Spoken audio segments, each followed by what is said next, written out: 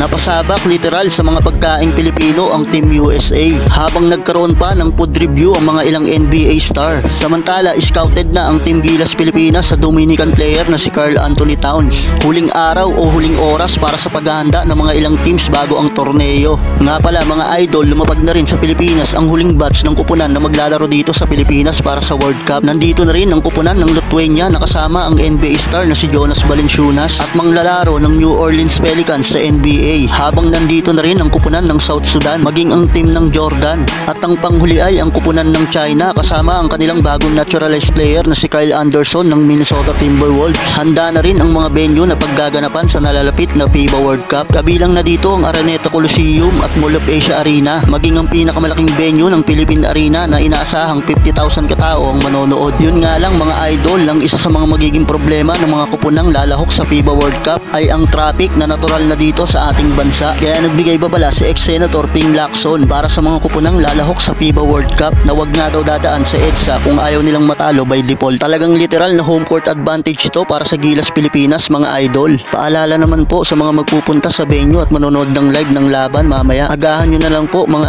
idol. Samantalang Coach Eric Spoelstra at Team USA nagsagawa ng basketball clinic dito sa Pilipinas kasama ang buong coaching staff ng USA maging ang Team USA para turuan at i-mentor ang mga batang Pilipino. Kitang-kita naman sa mukha ni PhilAm coach maging ng Team USA na masaya ito na maturuan ng mga batang Pilipino.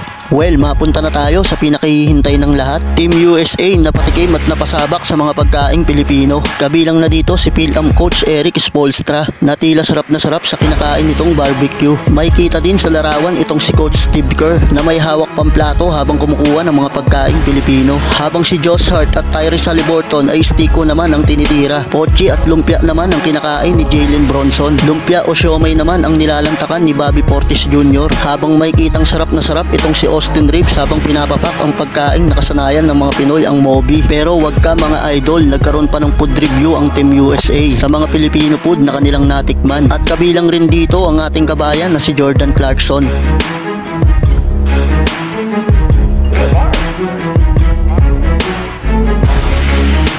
I'm digging this. Give it 8, 9 out of 10. Like I could consistently meet these. I give it a 8. 9. Get another one.